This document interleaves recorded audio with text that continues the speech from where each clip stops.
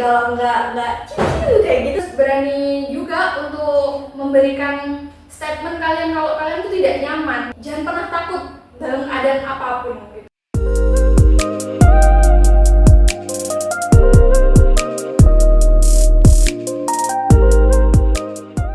Assalamualaikum warahmatullahi wabarakatuh. Hai sobat perempuan dimanapun kalian berada, kembali lagi kita di channel GPP Jember TV. Kali ini akan dipandu oleh saya Bintang Mega dan di samping saya ada Kak Ana. Halo, perkenalkan nama saya Ella Rujana. Kalian bisa panggil saya Ana. Saya adalah seorang mahasiswa. BTW, di sini kita merupakan pertama ya Kak di tahun 2025. Keren banget, kita sudah melalui tahun-tahun 2024 terakhir kali dan sekarang di tahun 2025 ada harapan-harapan apa nih dari Kak Ana? Untuk harapan saya di tahun 2025 yaitu semoga makin sukses, makin lancar ke depannya segala urusannya untuk kita semua sih, terutama. Betul. Terus untuk perempuan ada nggak nih harapan-harapan di 2025 ini? Untuk perempuan yang pasti kita sebagai perempuan itu harus punya jiwa yang berani, tangguh, dan kita harus bisa menjadi inspirasi bagi perempuan dimanapun berada. Itu harus menjadi inspirasi dimana kita itu harus menciptakan ruang aman di lingkungan sekitar kita. Bagus banget. Tentunya perempuan ini harus harapan kita semakin mandiri juga ya dan terlindungi hak-hak mereka dan segalanya terlindungi lah, benar-benar terlindungi. Seperti itu. Nah, ngomong tentang perempuan nih, Kak Ana sudah sering dengar nggak beberapa kebelakang ini banyak banget kasus-kasus tentang perempuan di Jember ya, kita belum ke lingkup Indonesia tapi di Jember itu masih banyak kasus-kasus dari yang kasus ringan sampai kasus besar itu banyak banget ya mengenai pelecehan seksual. Nah, sebenarnya pelecehan seksual itu seperti apa dan batasnya itu di mana sih? Kan ada juga kayak catcalling dan lain, itu termasuk apa enggak? Jadi yang perlu diketahui oleh semua teman-teman ya, terutama jadi pelecehan seksual itu adalah sebuah tindakan atau perilaku yang tidak diinginkan yang menimbulkan ketidaknyamanan bagi korban nantinya gitu. Jadi bentuk pelecehan seksual itu ada yang bentuk pelecehan secara fisik seperti sentuhan, kayak gitu dah. Nah, nanti itu ada juga yang pelecehan seksual dalam bentuk verbal seperti ya itu tadi catcalling itu termasuk juga.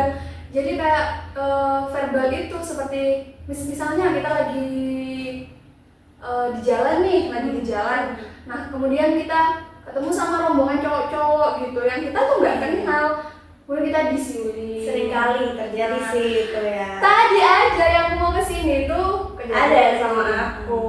Dan itu masuk dalam pelecehan seksual tapi itu dalam bentuk pelecehan secara verbal. Oke, betul. Jadi intinya pelecehan ini terjadi ketika pihak kedua itu tidak mau merasa tersinggung atau merasa tidak nyaman, maka hal itu menjadi pelecehan. Bahkan dalam bentuk verbal pun itu bentuk sebuah pelecehan gitu. Tapi terkadang hal itu tuh menjadi sesuatu yang bercanda gitu. Iya, seringkali dalam bercanda aja. Nah, itu merupakan sebuah hal yang tidak patut diteruskan gitu loh. Iya, benar. Harus benar-benar kita sebagai perempuan itu harus bisa membedakan mana itu bercanda sama mana yang merujuk ke hubungan pelecehan gitu. Benar sih, hal itu memang kadang ada orang yang mungkin biasa aja ya, tapi seringkali kalau aku merasa tersinggung. Kayak catcalling, itu gimana ya kita ngadepin itu, karena kan ada juga tuh ya kasusnya beberapa kali terakhir itu orangnya panik duluan. Nah, kita menghindari itu gimana nih? Jadi perlu dipahami ya, misalkan hal itu terjadi pada diri kita sendiri gitu. Nah, kita tuh sebenarnya tidak boleh panik, kita harus tetap tenang. Misalkan kita lagi keluar nih di jalan, kita mau beli makan misalkan di luar. Nah, tiba-tiba kita di jalan, kita lagi sendirian nih, tiba-tiba ada yang manggil cowok. Hei cewek cantik gitu. apaan sih kan gitu, risih pastinya, dan itu akan menurunkan akan mengganggu psikologis kita, secara mental kita percaya dirinya turun gitu loh. Jadi nanti berakibatnya itu menjadi ancaman buat kita kalau kita terancam gitu. Jadinya kalau kita mau keluar sendirian itu jadi takut. Itu yang berdampak di mental kita. Balik gitu. ke harapan tadi ya, kita kan juga ingin perempuan-perempuan tuh bisa mandiri, bisa lebih berani.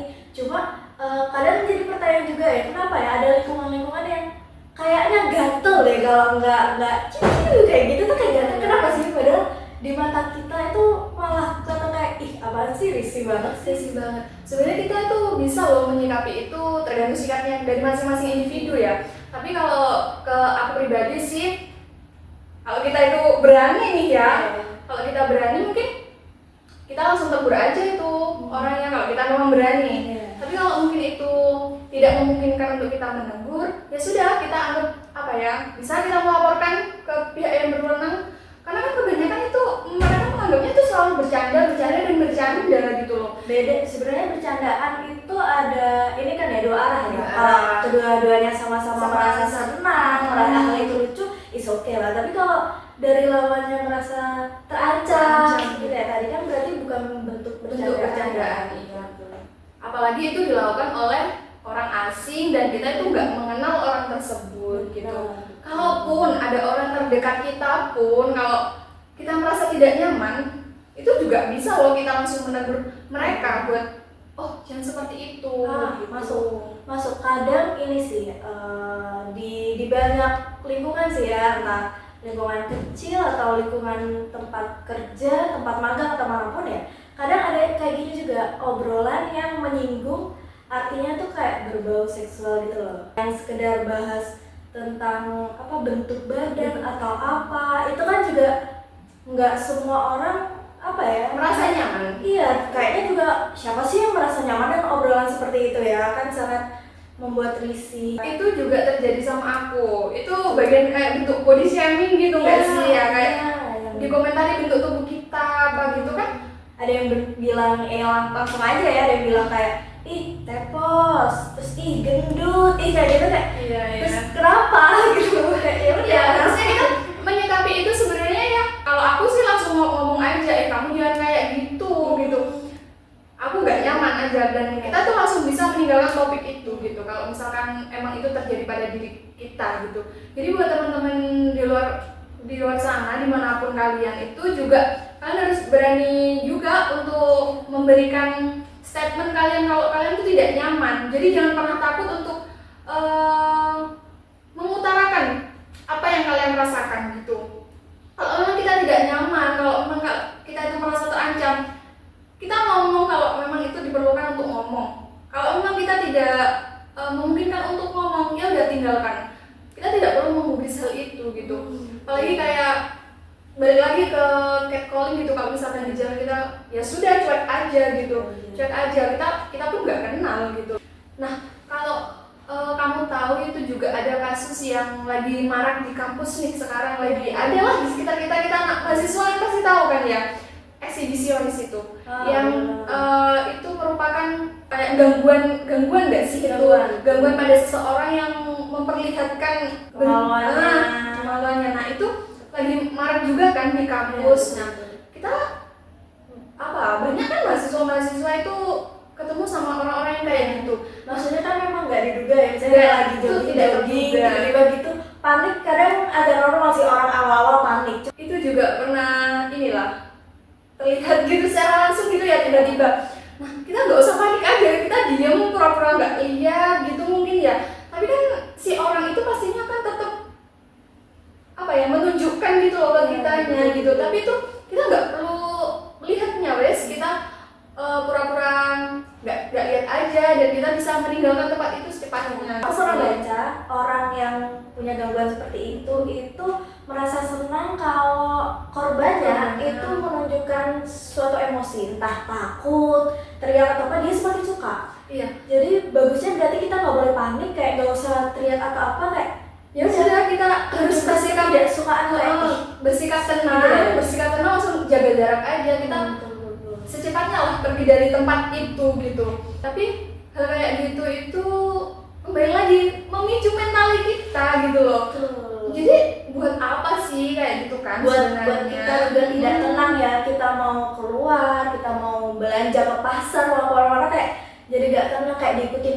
sendiri ada cerita nih Kak. Aku pernah pagi-pagi memang mau belanja nih, mau masak, beli-beli nih, sepedaan. Aku merasa dari selesai pasar sampai mau ke rumah tuh kayak memang ada yang ngikutin. Aku udah pelan nih, udah pelan.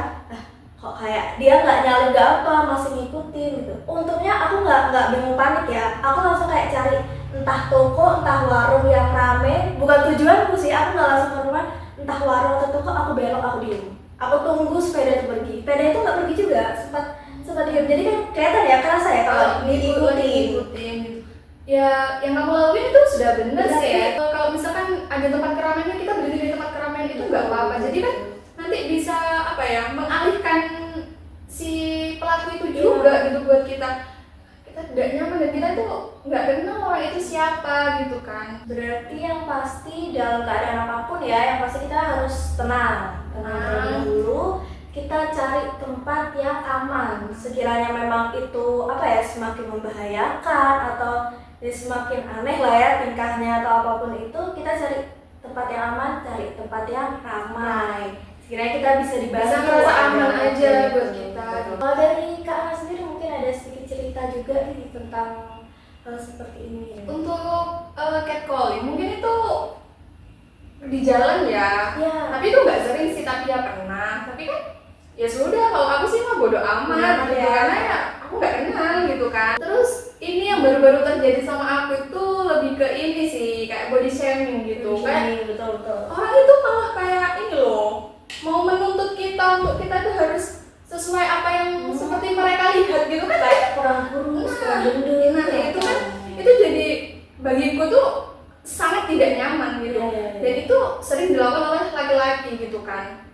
Entah itu orang di sekitar kita atau apa teman-teman kita, itu sebenarnya nggak boleh seperti itu gitu loh. Kalaupun itu dibicarakan baik-baik, kalau itu memang tidak perlu dibicarakan, itu harusnya tidak perlu ngomong gitu loh. Itu sangat nggak nyaman sekali. Dan aku tuh pasti langsung bilang aku nggak nyaman, jadi tolong ya jangan bahas kayak gitu. Jadi itu perlu diini sih, tekankan lagi buat semuanya, kalau hal seperti itu tuh jangan sering dilakukan, apalagi kita perempuan ya. Nah, sama halnya aku sendiri juga pernah ngalamin. Posisinya nih dia tuh lebih dewasa ya, lebih tua ya. Dan di sini aku masih junior lah, masih adik nih. Obrolannya nggak menjurus ke aku. Dia menceritakan seseorang, tapi ya gitu kayak Kesedihan ke kamu, bodinya montok, kayak gitu, ngobrol kayak gitu. Kita tidak tertarik dengan obrolan itu ya. Jadi kayak ini bodinya montok, terus kayak apa sih gitu ya. Apa ya, ngomongin apa ini ya, gitu sih sebenarnya. Cuma kayak gimana mau lepas dari obrolan itu, padahal kayak dia lebih tua, dia lebih kita dalam menyikapi hal itu ya, di situasi dan kondisi lingkungan yang tidak nyaman gitu ya. Kita kalau misalkan kita memang tidak tertarik dengan obrolan itu, meskipun mereka tuh lebih dewasa dari kita, kalau memang kita tidak nyaman, ya sudah, kita bisa langsung kita permisi ya Kak, mau mungkin kita ke kamar mandi, kita pergi aja ya dari pergi dari lingkungan itu, karena ya buat apa gitu. Ngomongin sesuatu yang membuat tidak nyaman dan kita harus tetap di sana, di lingkungan tersebut, itu sangat tidak enak. Betul. Jadi itu ya sedikit tips dari Kak Ana tentang gimana sih kita menyikapi, seharusnya gimana sih kita harus tenang dan lain-lainnya. Tetap tenang, jaga jarak, dan kita harus tetap bisa berani. Dalam situasi dan kondisi apapun, kita harus menunjukkan kalau kita itu jangan pernah takut dalam keadaan apapun gitu, dimanapun kalian berada.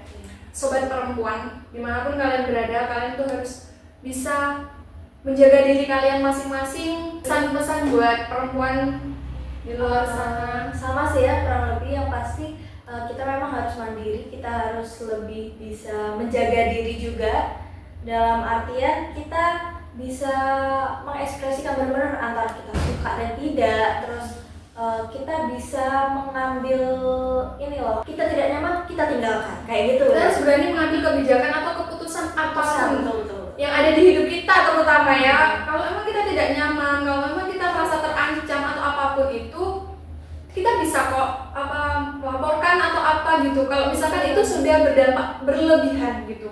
Ya, jadi untuk sobat perempuan, hal-hal apapun yang terjadi ke kita jangan pernah nge-keep itu ya. ceritakan ke saudara terdekat, ke teman-teman Orang yang kalian terdekat, percaya, terutama. atau iya betul. Atau kalau memang ini hal ranah yang lebih serius, mungkin kalian bisa melaporkan juga. Kita ada tempat aduan yaitu di LBH Jentera. Nah, di sana kalian sekedar konsultasi, terus aduan atau bahkan mengenai beberapa perkara yang ingin kalian selesaikan mengenai perempuan dan anak, bisa banget nanti kalian hubungi ke LBH Jentera. Nanti ada di deskripsi ya. Nah, ini udah dulu ya obrolan kita, aku rasa udah lama juga ini, berarti kita cukupkan sampai di sini. Ya, aku terima kasih Mbak Bina sudah diundang untuk kita podcast pada siang hari ini. Semoga apa yang kita sampaikan itu bisa bermanfaat buat perempuan di luar sana. Betul. Tapi dari saya sudah cukup Mbak Bina ya. Dan saya undur diri. Terima kasih. Wassalamualaikum warahmatullahi wabarakatuh.